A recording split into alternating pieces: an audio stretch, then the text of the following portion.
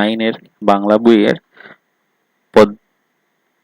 গদ্যাংশ ছুটি, chapter number 7, Rabindranath ঠাকুরের লেখা ছুটি গল্পটির পুরো প্রশ্ন উত্তর এই ভিডিওর মাধ্যমে তোমরা পেয়ে যাবে। ভিডিওটা প্রথম থেকে লাস্ট পর্যন্ত দেখবে। আশা করি ছুটি গদ্যাংশের সকল প্রশ্ন উত্তর তোমরা জানতে পারবে এবং এখান থেকে শিখলে পরীক্ষাতে ভালো ফল করতে পারবে। চলো শুরু করা যাক আজকের ভেরি ইম্পর্টেন্ট ভিডিও, ছুটি। নতুন আমার চ্যানেলটাকে কেউ যদি নতুন দেখে থাকো চ্যানেলটাকে সাবস্ক্রাইব করে রাখবে আর এটা লাইক করতে ভুলবে না, সবার সাথে শেয়ার করে দেবে ভিডিওটাকে। ছুটি, চ্যাপ্টার নাম্বার 7, পদ্যাংশ ক বিভাগ মানে চ্যাপ্টার। প্রথম প্রশ্ন, ছুটি গল্পের লেখক কে? আনসারটা হবে ছুটি গল্পের লেখকের নাম কি? এখনই বলেছিলাম আমি, ছুটি গল্পের লেখক হলো রবীন্দ্রনাথ ঠাকুর। 2 নম্বর প্রশ্ন, ছুটি গল্পের প্রধান চরিত্রের নাম উল্লেখ করো। প্রধান চরিত্র কি? ফটিক হলো ছুটি গল্পের প্রধান চরিত্র। ফটিক কি? ফটিক হলো ছুটি গল্পের প্রধান চরিত্র।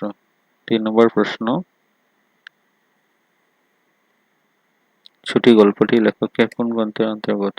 গল্পগুচ্ছ গ্রন্থের অন্তর্গত। ফটিকের মামার নাম কি? ফটিকের মামার নাম হলো বিশ্বম্বর। বালকদের সর্দার কে ছিলেন? বালকদের সর্দার ছিলেন ফটিক। ফটিকের মামা ফটিকে কোথায় নিয়ে গিয়েছিল? ফটিকের মামা ফটিকে তার নিজের বাড়িতে কলকাতায় নিয়ে গিয়েছিল। ফটিকের বয়স কত ছিল? 13-14 বছর। ফটিকের মামা ফটিককে কখন ওর মায়ের কাছে নিয়ে যাবে বলে কথা দিয়েছিল? কার্তিক মাসে পুজোর ছুটিতে তার মায়ের কাছে নিয়ে যাবেন বলে কথা দিয়েছিলেন। মাখন আর ফটিকের মধ্যে কি সম্পর্ক? মাখন আর ফটিকের মধ্যে ভাতার সম্পর্ক ছিল। ফটিক মাখনের চোর মেরেছিল কেন? ফটিক মাখনলাল চোর মেরেছিল কারণ মাখনলাল পড়ে গিয়েছিল। বিশ্বাম্বর বাবুর কয়টি সন্তান? 3টি সন্তান।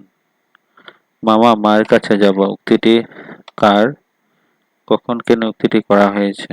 উক্তিটি ফটিকের। ফটিক তার মামা বিশ্বাম্বর বাবুকে উক্তিটি করেছেন। ফটিক নগর পরিবেশ এবং বিদ্যালয়ের পরিবেশের সঙ্গে খাপ খাওয়াতে পারেনি। মুক্ত জীবনের আনন্দ থেকে বঞ্চিত হয়ে সে হাঁপিয়ে উঠেছিল, তখন মামাকে এই উক্তিটি করেছেন। ফটিক মামা কোথায় কি করতেন? ফটিক মামা পশ্চিমে কাজ করতেন, অনেকদিন তিনি সেখানে ছিলেন। ফটিকের প্রতি মামির ব্যবহার কিরূপ ছিল? মামি ফটিকের সঙ্গে অত্যন্ত দুর্ব্যবহার করতেন। তিনি কারণে অকারণে ফটিককে কথা শোনাতেন। ভদ্রমহিলা স্নেহশূন্য বিরূপ ফটিককে পদে পদে কাঁটার মতো বিদ্ধ। ফটিকের মাতৃভবন ছাড়া মামার বাড়ি নরক বলে মনে হতো। ফটিকের মামি ফটিককে নিদারুণভাবে উপেক্ষা করতেন। সারাক্ষণ ফটিকের প্রতি তার মামির নিষ্ঠুর অবিচার। মা ফটিককে কেন ওর মামার সঙ্গে কলকাতা পাঠিয়ে দিয়েছিলেন তা সংক্ষেপে লিখো। ফটিক পাঠে অমনোযোগী ও দুষ্টামি ফটিকের মায়ের পক্ষে অসহ্য হয়ে উঠেছিল। তাছাড়া ফটিক মায়ের আশঙ্কা ছিল যে হয়তো ফটিক তার ভাই ও শারীরিক ক্ষতি করে দিতে পারে। এইসব ভেবে মা ফটিককে ওর মামার সঙ্গে কলকাতা পাঠিয়ে দেয়। ফটিকের মাখনলালকে সশব্দে চোর মেরেছিল কেন? ফটিক ছোট ভাই মাখনলাল খেলতে গিয়ে ভূপতিত হয়ে পড়ে। সে সময় মাখনলাল তার মায়ের কাছে গিয়ে যখন মিথ্যা অভিযোগ করলো যে দাদা তাকে মেরেছে, তখন ফটিক প্রতিবাদে মুখর হয়ে ওঠে। তবুও মাখন যখন বারবার বলতে থাকে তাকে মেরেছে, তখন ফটিক আর সহ্য করতে না পেরে সশব্দে মাখনকে গালে এক চড় মেরেছিল। নদীর তীরে বালকদের খেলা বন্ধ হয়ে গেল কেন? ছেলেদের জলে যখন নতুন খেলায় মেতে উঠে, তখন ফটিকের ছোট ভাই মাখন কাঠের গুঁড়ির উপর নির্বিকার বসে। তাকে দেখে মনে হয় যেন সে গভীর দর্শন চিন্তায় মগ্ন। ছেলেদের দল কোমর বেঁধে কাঠের গুঁড়িটা ঠেলতে শুরু করে। গুঁড়ি একবার ঘোরাতে মাখন গাম্ভীর্য, গৌরব ও তত্ত্বজ্ঞান সমেত বিপরীত হয়ে যায়। মাখন ও তত্ত্বজ্ঞান সমেত বিপরীত হয়ে যায় যখন কাঠের গুঁড়ি থেকে পড়ে যায়। মাখন তৎক্ষণাৎ ভূমিশয্যা হয়ে ফটিকের উপর গিয়ে পড়ে। এবার অন্ধ অন্ধ হয়ে মারতে শুরু করে। ফটিকের নাকে মুখে আঁচড় কেটে আর কাঁদতে কাঁদতে বাড়িতে দিকে যায়। তখন নদীর তীরে বালকদের খেলা বন্ধ হয়ে যায়। ফটিকের মা কতদিন কোথায় ছিল? ফটিকের মা এতদিন পশ্চিমবঙ্গে ছিল। তিনি পশ্চিমে কাজ করতে গিয়েছিল।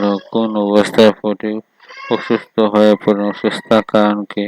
স্কুল থেকে ফিরে সেই রাতে ফটিকের মাথা ব্যথা করতে থাকে এবং গা শিরশির করে ওঠে। ফটিক বুঝতে পারে তার জ্বর হচ্ছে। সেই দিন আবার রাত্রিতে মুষলধারে শ্রাবণের বৃষ্টি পড়ছিল। স্কুলে ছুটির জন্য অপেক্ষা করতেন। বৃষ্টি পড়েছিল, স্কুলে ছুটির জন্য অপেক্ষা করতে না পেরে সেই বাড়ির উদ্দেশ্যে রওনা হয়। পথে বৃষ্টিতে ভেজে ফটিক অসুস্থ হয়ে পড়ে। নম্বর, ফটিকের মা কেন বিশ্বাম্বর বাবুর কলকাতায় ডেকে পাঠিয়েছিলেন? মা এসে কি করলেন? ফটিকের মা বিশ্বাম্বর বাবু কলকাতায় ডেকে পাঠিয়েছিলেন ফটিকের শারীরিক অবস্থা অবনতির কারণ। ফটিকের মা ঝড়ের মতো ঘরের মধ্যে প্রবেশ করেই উচ্চস্বরে সুখ করতে থাকেন। বিশ্বাম্বর বহু কষ্টে তার শোকোচ্ছ্বাস নিবৃত্ত করলেন। তিনি শয্যের উপর আছড় খেয়ে পড়ে উচ্চস্বরে ডাকল, ফটিক সোনা মানিক আমার। ফটিক, তোর মাকে আনতে পাঠিয়েছি। উক্তিটি কার? কখন, কেন? উক্তিটি অবতারণা। উক্তিটি ফটিকের মামা বিশ্বাম্বর বাবুর। ফটিক জ্বরে ভীষণ হেরে গেলে ফটিক সারা রাত বকাবকি করতে থাকে। বিশ্বাম্বর বাবুর রুমালে চোখ মুছে সন্দেহে ফটিকের স্বর্ণ-তপ্ত হাতখানি তার নিজের হাতের উপর তুলে দিয়ে তার কাছে এসে বসেন। পরের দিন বিশ্বাম্বর বাবু তার মনের ভাব বুঝাতে পেরে তার কানের কাছে মুখ নত করে মৃদুস্বরে বললেন, ফটিক, তোর মাকে আনতে পাঠিয়েছি। রচনাধর্মী প্রশ্ন। মা এখন আমার ছুটি হয়েছে। মা এখন আমি বাড়ি যাচ্ছি। উদ্ধৃতি যথার্থ বর্ণনা করো। উক্তি ছুটি গল্পের কেন্দ্রীয় চরিত্র ফটিক। মামার বাড়িতে মামির অত্যাচারে ফটিক জীবন অতিষ্ঠ হয়ে উঠেছিল। মামা বিশ্বাম্বর বাবু বলেছিলেন যে স্কুলের ছুটি হলে তাকে নিয়ে দেশের বাড়িতে যাবেন। স্কুলের ছুটির জন্য অপেক্ষা করতে না পেরে সে একা বাড়ির উদ্দেশ্যে রওনা দিয়ে পথে অসুস্থ হয়ে পড়ে। অসুস্থ ফটিককে পুলিশ পৌঁছে দিয়ে বিশ্বাম্বর বাবুর বাড়িতে দুজন পুলিশ লোক গাড়ি থেকে ফটিককে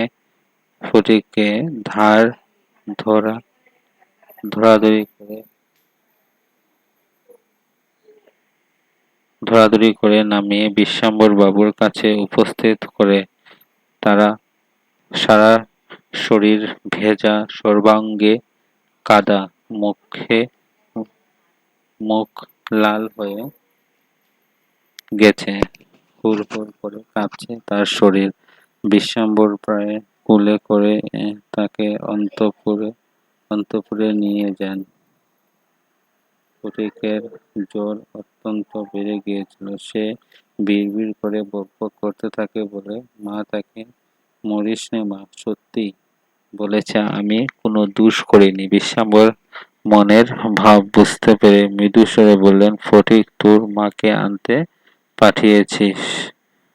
খবর পেয়ে ফটিক মা ছুটে আসেন। বিশ্বাম্বর বহু কষ্টে তার শোকচ্ছ্বাস নিবৃত্ত করে বললেন, ফটিক সোনা মানিক আমার। মা তাকে আবার ডাকলেন, ওর ফটিক বাপদণ্ডে। তখন ফটিক আস্তে আস্তে চারপাশে ফিরে চারপাশ ফিরে কাউকে লক্ষ্য না করে মৃদুস্বরে বললেন, মা, এখন তোর ছুটি হয়েছে। মা, এখন আমি বাড়ি যাচ্ছি। এখানে ছুটি বলতে পৃথিবীর পাঠশালা থেকে ছুটি বা মুক্তিকে বলা হয়েছে। এই দুটি হলো এক এক ঘর থেকে ও ঘরে যাওয়া, অর্থাৎ ইহলোক থেকে পরলোকে মুক্তি। ফটিকের মামির চরিত্র বর্ণনা করো। ফটিক গল্পে ফটিকের মামি অর্থাৎ ফটিকের মামা বিশ্বাম্বর বাবুর স্ত্রীর চরিত্র বিশ্বাম্বর বাবুর ঠিক বিপরীতধর্মী। তার ভেতরে ছিল চরম স্বার্থপরতা, সর্বজনীনভাবে মাতৃ ভাব আদৌ তার মধ্যে বিদ্যমান ছিল না। অর্থাৎ নিজের সন্তানদের প্রতি ভালোবাসা স্নেহ সব মায়ের থাকে, ফটিকের মামির ছিল, কিন্তু পরের পুত্রের প্রতি ভালোবাসা স্নেহ কাতর ছিল না। ফটিক আগমনের মুহূর্তে ফটিকের মামি ফটিক সম্পর্কে বিরূপ মনোভাব ধারণ করতে শুরু করেন। ফটিক আসতেই অনাবশ্যকভাবে পরিবারের বৃদ্ধি হওয়াতে তিনি বিশেষ সন্তুষ্ট হতে পারেননি। তার নিজের তিনটি ছেলে নিয়ে তিনি নিজের নিয়ম ঘরকন্না করতেন। তার মধ্যে সাহস একটি 13-14 বছরের অপরিচিত অশিক্ষিত পড়ুয়া ছেলে ছেড়ে দিলে যে বিপ্লবের সম্ভাবনা উপস্থিত হয়, সেই বিপ্লব ঘটে যায়। আর সেই বিপ্লব শুরু হয় ফটিকের মামিকে সামনে রেখে। ফটিকের স্বাভাবিক অনিবার্য ত্রুটি ফটিকের মামি সহ্য করতে পারতেন না। ফটিকের মামিকে সাহায্য করার চেষ্টা করলেও তার মামি তা উপেক্ষার সঙ্গে পরিহার করত। ফটিক আসার পরে সংসারে অর্থনৈতিক টানাপোড়েন শুরু হয়েছিল। সংসার যেন এমনটা ধারণ করেছিল তার মামির ভয়ঙ্করভাবে অসুস্থ ফটিকের দুজন পুলিশ লোক গাড়ি থেকে নামালো এবং বিশ্বাম্বর প্রায় কোলে করেই ফটিককে অন্তঃপুরে নিয়ে যায়। কিন্তু ফটিক মামি দুঃখ তো দূরের কথা, সামান্য সহানুভূতি না দেখিয়ে পরের পরের ছেলেকে নিয়ে সে রাতেই সে রাতেই সে রাতেই কর্মভোগ কেন করতে হবে, এই বলে রাগারাগি শুরু করলেন। পরের ছেলেকে অবিলম্বে বাড়ি পাঠিয়ে দিতে নির্দেশ দেন। শত হলেও ননদের ছেলে তা নিজেদের ছেলে তুললেন। অথচ হতভাগ্য ফটিক তার মামির কাছে না ফটিকের মামির কাছে থেকে না পেলে সহানুভূতি না ভালোবাসা। ফটিক মামি ছিলেন চরিত্রের মানুষ। নদীর তীরে বালকদের খেলার দৃশ্য বর্ণনা করো। পুরোটা পড়ে নেবে একটু। আমি উঠিয়ে দিচ্ছি, একদম ছোট করে আছে, আরামসে পড়ে নেবে, পড়ে শিখে নেবে। তারপর বিশ্বাম্বর বাবু কে ছিলেন তার গল্পের ভূমিকা আলোচনা করো। বিশ্বাম্বর বাবু হলেন ফটিকের মামা।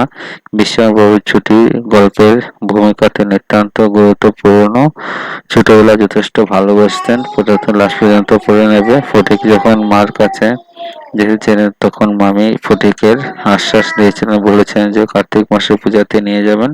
মূল গল্পটা এটাই। বালক ফটিকের চরিত্র বর্ণনা করো, শিখে নেবে তোমরা। প্রথম থেকে লাস্ট পর্যন্ত দেখি শিখে নেবে।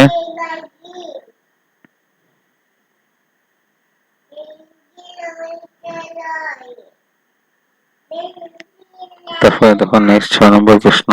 গুড়ি এক পায়ে ঘুরতে না ঘুরতে মাখনের অবস্থা হইল, পরে তা বর্ণনা করো। পোস্ট করে লিখে নেবে, তারপরে ব্যাখ্যা করো।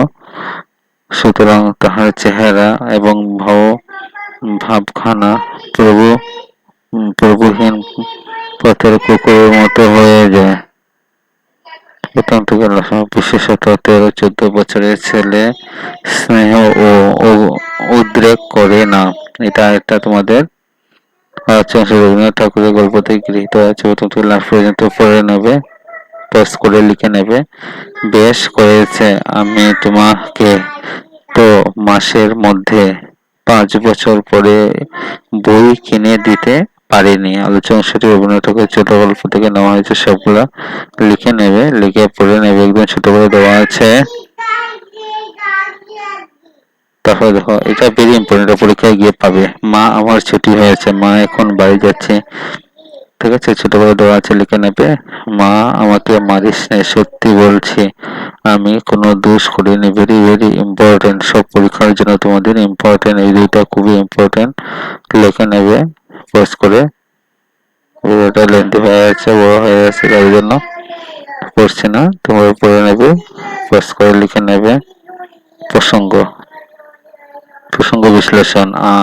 তুই আমার গায়ে হাত তুলি, আয় তুই আমার গায়ে হাত তুলি। 2 নম্বর হলো মমি স্নেহের পক্ষে, সে যে একটা দূরের গ্রহের মতো প্রতিভাবান হইতেছে একটা।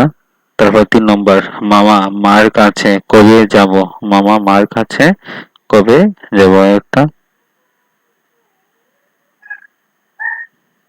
মামা আমার ছুটি হয়েছে, কি এটা একটা ভেরি ইম্পর্টেন্ট। তার 5 নম্বর, মামি আমার কাছে, আমি মার কাছে,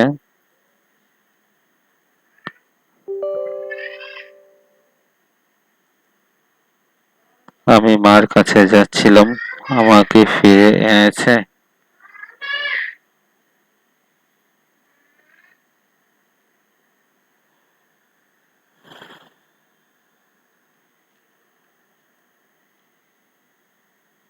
ছয় নম্বর, ফটিক তোর মাকে আনতে পাঠিয়েছি।